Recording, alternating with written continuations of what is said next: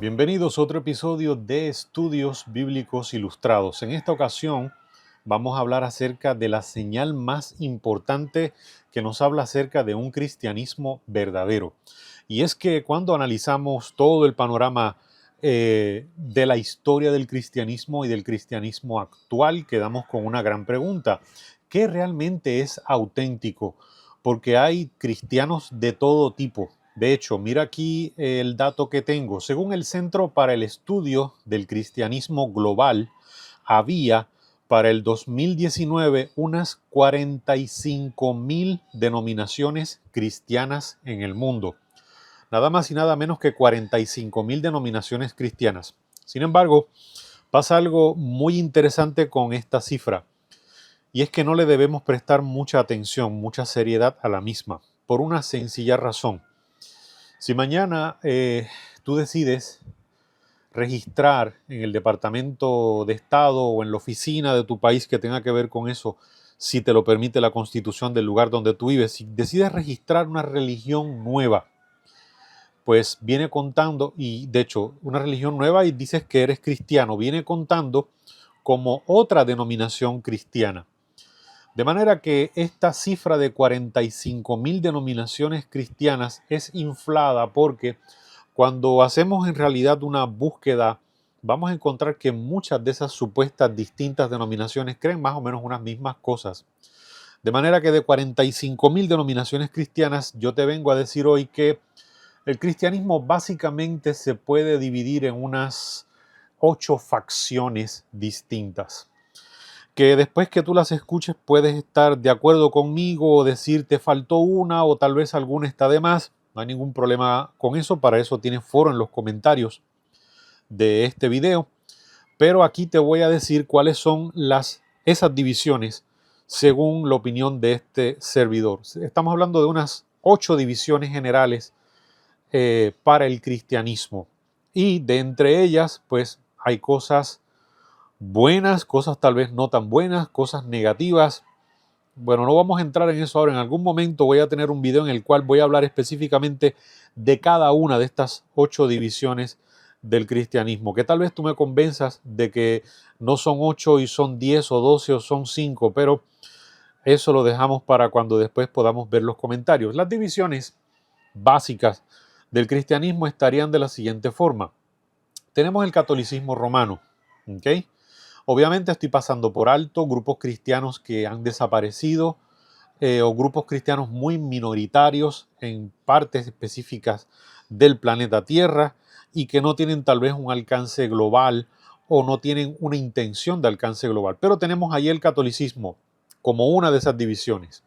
Tenemos a los ortodoxos, que si bien entre ellos mismos hay variación, pero lo catalogamos como un mismo grupo. Luego tengo acá en la lista al protestantismo magisterial. Ahora, ¿qué es el protestantismo magisterial? Pues nos estamos refiriendo a todo el movimiento que surge gracias a lo que hizo Martín Lutero un 31 de octubre del 1517 al clavar las 95 tesis y sin querer empezar todo un movimiento de vuelta hacia la Biblia. Le llamamos el protestantismo magisterial a básicamente todo el movimiento, a toda la masa de movimiento protestante relacionada a los siguientes nombres: a Lutero, a Calvino, a Melanchthon, a Ulrico Zwinglio, y hay algunos más, otros adicionales por allí. El caso es que los protestantes, si bien es cierto que tampoco son un grupo homogéneo, porque los mismos reformadores magisteriales no estaban de acuerdo en todos los puntos, pero sí los consideramos parte de un mismo movimiento desde un punto de vista histórico. Así que tenemos allí ya eh, la tercera división del cristianismo, el protestantismo magisterial, que se basa en las llamadas 5 solas, que voy a hablar un poquito de ellas más adelante. Tenemos también el protestantismo radical, y hay un nombre que allí pues históricamente hace mucha referencia a lo que es el protestantismo radical, que son los anabaptistas que fueron perseguidos tanto por los protestantes como por los católicos. Estaban en contra de la unión de iglesia y Estado y no estaban de acuerdo con el bautismo infantil, con el bautismo de niños, sino el bautismo más bien de personas adultas o con una capacidad ya de decidir claramente entre lo que es correcto y lo que es incorrecto. Interesantemente, a muchos de estos anabaptistas, ¿cómo decir esto? Pues como hablaban de un rebautismo a las personas que habían sido bautizados como niños, pero que ahora llegaban a conocer el Evangelio, pues muchos de ellos murieron ahogados. ¿Por qué? Porque les decían, bueno, como tú crees en el rebautismo, pues te vamos a bautizar de nuevo a ti, y lo que hacían era que los ahogaban.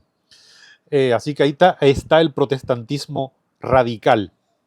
Luego tenemos acá en quinto lugar al arminianismo wesleyanismo, que no voy a adentrarme mucho, pero lo que subraya es si bien es cierto que la justificación y la salvación se da a base de la fe, también debe haber una transformación del corazón, y en esa transformación del corazón nosotros cooperamos con Dios en lo que es la santificación.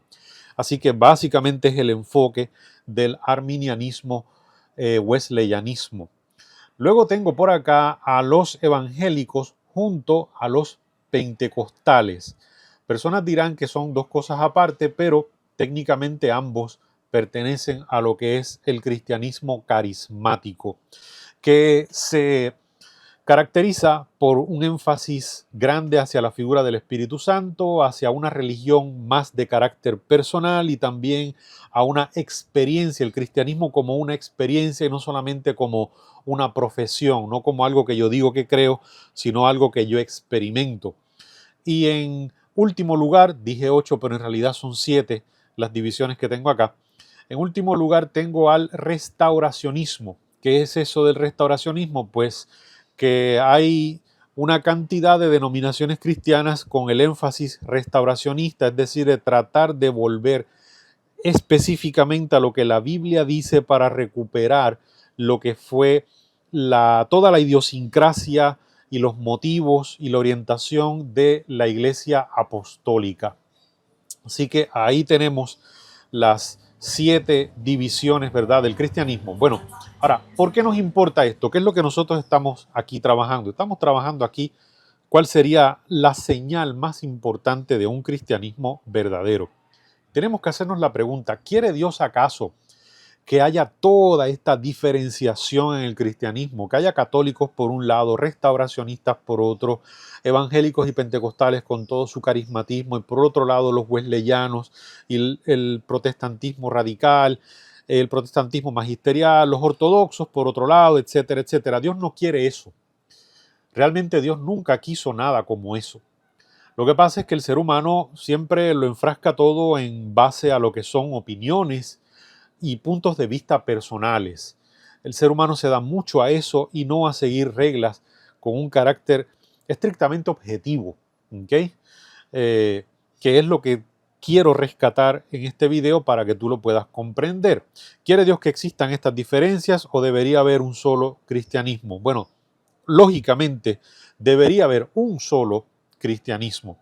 Y aquí hago una pausa porque quiero volver a que mencioné que la reforma protestante se basaba en las 5 solas, que dicho sea de paso, no estoy diciendo con esto que el protestantismo magisterial tenga toda la verdad, pero sí empezó una revolución muy importante para algo que ya mismo vas a ver.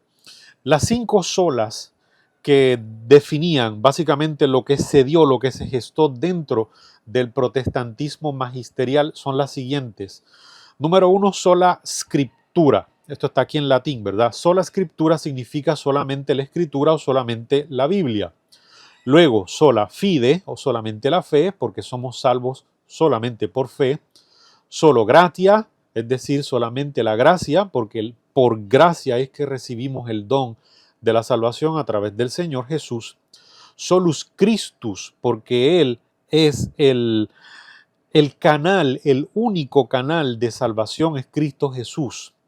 Y al final, la quinta, soli Deo gloria, es decir, que todo lo que se da en el Evangelio es para la honra y la gloria de Dios. ¿Qué es lo que significa soli Deo gloria? Solamente a Dios la gloria. Ahora, si bien hablamos de esas 5 solas, lo que nos interesa ahora solamente es, valga la redundancia, la primera, sola scriptura.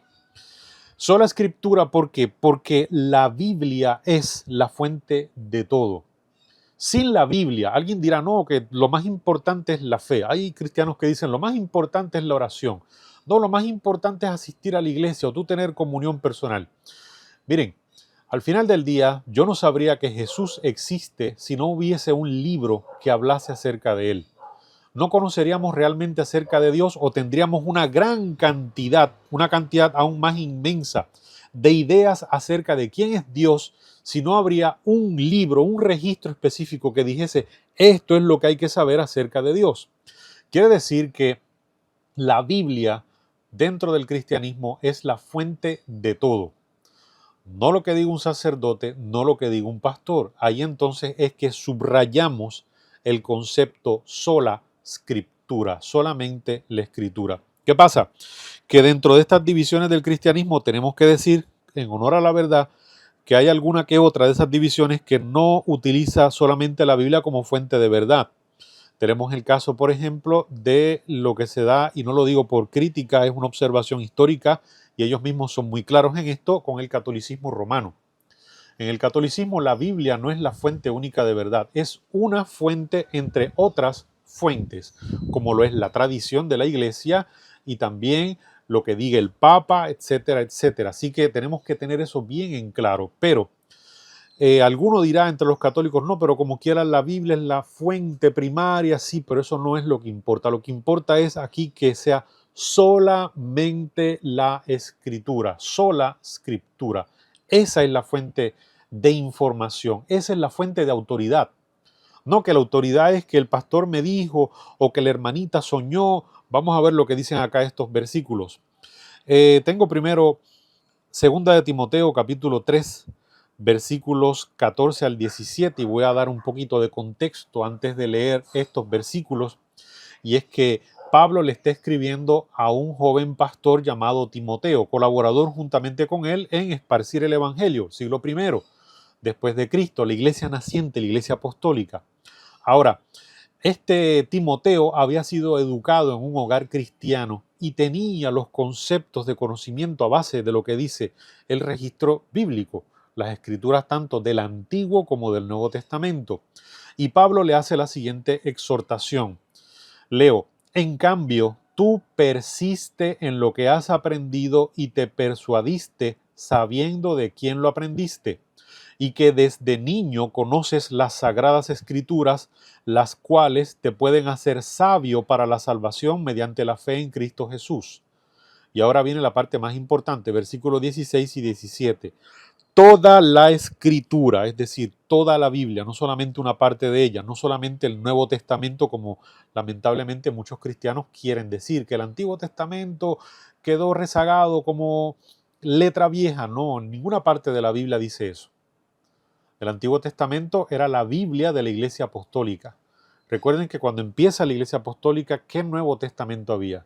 No había ningún Nuevo Testamento. Las primeras décadas, básicamente la primera vida de toda la Iglesia Apostólica, la Iglesia original que recibió el don del Espíritu Santo en la lluvia primera, en el Pentecostés, pues esa iglesia lo que tenía por orientación era el Antiguo Testamento. El Antiguo Testamento habla de Cristo. ¿Okay? Toda la escritura es inspirada por Dios y es útil para enseñar, reprender, enmendar e instruir en justicia, para que el hombre de Dios sea perfecto, cabalmente instruido para toda buena obra. Así que notamos, Pablo en ningún momento aquí dice, no, que si la tradición que tenemos nosotros los apóstoles, lo que conocemos y nos hemos transmitido de boca a boca, que tal vez lo de boca a boca en algún momento tuvo importancia, por supuesto que sí, no voy a decir que no, pero ¿era realmente lo medular? Por supuesto que no. ¿Era realmente lo autoritario? No. Lo autoritario es lo que dice la palabra del Señor. Hay personas que dicen, no, pero es que también hay que entender que hay otras fuentes de revelación. Por ejemplo, hay personas que dicen, yo puedo escuchar a los espíritus de los muertos, ¿verdad? Como pasa con los espiritistas y otro tipo de personas que dicen que tienen contacto con supuestos muertos. Que dicho sea de paso, es una cosa que la Biblia condena totalmente, pero por ignorancia en nuestros países latinoamericanos, que tienen un componente cultural africano, ¿verdad? Y también de algunas culturas indígenas, pues muchas de esas cosas han quedado de tener contacto con espíritus. Hay que tener mucho cuidado con eso. Mira lo que dice, por ejemplo, Isaías capítulo 8, versículos 19 y 20. Cuando les digan que consulten a los médiums y espiritistas que susurran y cuchichean, respondan, ¿no consultará el pueblo a su Dios? ¿Por qué consultar a los muertos por los vivos? A la ley y al testimonio. Si no hablan conforme a esto, es porque no les ha amanecido. Nota lo que dice aquí. Tiene que hablarse como, de acuerdo a la ley y al testimonio. En la época en que esto fue escrito, Isaías, estamos hablando de época veterotestamentaria, la época del Antiguo Testamento. ¿Qué significaba eso de a la ley y al testimonio? Significa que los primeros 5 libros de la Biblia escritos por Moisés, del Génesis a Deuteronomio, lo que se conoce en el judaísmo, lo que conocemos como la Torá, ¿verdad? El Pentateuco. A eso se le denominaba la ley, la Torá. Y el testimonio, estaríamos hablando del resto de libros testimoniales del Antiguo Testamento, ¿verdad? Que componían básicamente un conjunto completo, uno de acuerdo al otro. Es decir, los testimonios iban de acuerdo a lo que decía la Torá, lo que decía la ley que Dios le dio a Moisés. Todo ese reservorio de historias, de dictámenes, incluso también de ley, porque allí específicamente en esa Torá están los 10 mandamientos de Dios. Y eso es lo que habla de la voluntad de Dios, no lo que diga algún espíritu o alguien que supuestamente tenga contacto con algo de eso. Pero habrá personas que dicen, no, pero es que mi pastor es profeta, o hay una profetisa en nuestra iglesia, o algún profeta que coge los sueños, los escribe en una libreta y después los desarrolla. Y tenemos que tener mucho cuidado con eso también. Sola escritura. Solamente la escritura. Y si se dice otra cosa, tiene que estar de acuerdo a la escritura. Si no está de acuerdo a la escritura, como acabamos de leer en Isaías, si no es conforme a la ley y al testimonio, es porque no les ha amanecido. O sea, el Espíritu Santo no ha tocado esas vidas y están en tinieblas. Segunda de Pedro, capítulo 1, versículos 16 al 21, y doy algo de contexto antes de leerlo aquí. Y es que este versículo es bien interesante porque Pedro, hablando de esto de gente que tiene sueños o que supuestamente son profetas y demás, que no estamos diciendo que no los haya, la iglesia cristiana apostólica tuvo profetas. Y dicho sea de paso, la Biblia nos habla en el Nuevo Testamento de que los dones acompañarían la iglesia y entre ellos está el don de profecía. El libro de Apocalipsis dice incluso que el testimonio de Jesucristo es el espíritu de profecía. Así que no estamos diciendo que todo el tiempo debe haber profetas, pero que sí se deja por sentado que la presencia de profetas dentro del pueblo de Dios a lo largo del camino puede estar por allí. Por supuesto que sí. No es que tengan que haber profetas todo el tiempo, porque no siempre hubo profetas en el pueblo de Israel, pero aparecieron en el momento en que el Señor quiso que así fuese. ¿Qué pasa? Que Pedro va a hablar aquí acerca del conocimiento personal que él tenía acerca de Jesús, de lo que él experimentó y de lo que él vio, y de que él aseguró, o de que él aseguraba, de que él no estaba hablando ningún cuento cuando hablaba acerca del poder de Jesús, sino que fue testigo. Mira lo que dice acá. Porque no hemos seguido fábulas ingeniosas cuando les hemos hablado del poder y de la venida de nuestro Señor Jesucristo, sino que fuimos testigos oculares de su majestad, porque él recibió honra y gloria del Padre Dios cuando una voz vino desde la magnífica gloria y dijo, este es mi Hijo amado, en él me complazco. Y nosotros oímos esa voz enviada del cielo cuando estábamos con él en el monte santo. Aquí está hablando acerca del monte de la transfiguración, del momento en que el cuerpo de Jesús se transfiguró, fulguró su gloria divina y bajaron del cielo Moisés y Elías y hablaban con Cristo. Y Pedro dijo, Señor, qué tremendo lugar para estar nosotros aquí y demás. Y después se escucha la voz del Padre hablando acerca de la complacencia que tenía en su hijo. Ellos tuvieron miedo y después todo desapareció. De eso es de lo que está hablando Pedro aquí. Pedro no está diciendo algo que se le contó. Pedro estuvo allí. Que no estuvieron que no hubo mucha gente allí, seamos claros. Allí estuvo Pedro, Santiago y Juan solamente con Cristo. Y esa experiencia sobrenatural tan importante, tan interesante, Pedro decía, yo fui testigo ocular de su majestad. Pero, mira lo que sigue diciendo acá. Tenemos además la palabra profética aún más segura. Es decir, Pedro está diciendo, mira, yo fui testigo de algo sobrenatural. No te estoy hablando una fábula acerca de la gloria de Cristo, pero tengo algo más seguro que la experiencia sobrenatural que yo tuve, que habla acerca de la divinidad de Cristo y de que es el Salvador. Y eso es la segura palabra profética. O sea, él está queriendo decir, yo tuve una experiencia personal, sobrenatural, soy testigo, no fue que me lo contaron, yo lo vi, yo lo viví, pero hay algo más seguro de lo que yo vi y de lo que yo viví, y es la segura palabra profética. Es decir, lo que decían las escrituras del Antiguo Testamento que profetizaban acerca de la vida y obra de nuestro Señor Jesús. ¿Qué quiere decir todo esto? Que al final del día hay que tener cuidado también con las personas que dicen yo tuve un sueño, yo tuve una visión, yo esto, yo lo otro, porque son experiencias personales y tenemos que entender que Satanás también tiene poder. Aquí lo importante es lo que dice la palabra de Dios, la palabra profética que es más segura. Sigue diciendo acerca de esta, a la que ustedes hacen bien en estar atentos como a una antorcha que alumbra en lugar oscuro hasta que el día esclarezca y el lucero de la mañana salga en sus corazones. Ante todo sepan que ninguna profecía vino por una interpretación privada del mismo profeta, porque ninguna profecía vino jamás por voluntad humana, sino que los santos hombres de Dios hablaron siendo inspirados por el Espíritu Santo. Es decir, ¿qué es lo que vamos a atender? Lo que dice la palabra de Dios. Y lo que dice la palabra de Dios ha quedado allí como testimonio. Y esa profecía que se dio desde la antigüedad, o esas profecías, no eran de interpretación privada. No fue que se levantó uno y dijo, esto significa esto. No, llegó a toda la iglesia. La iglesia tuvo la oportunidad de corroborar todo lo que decía el Antiguo Testamento.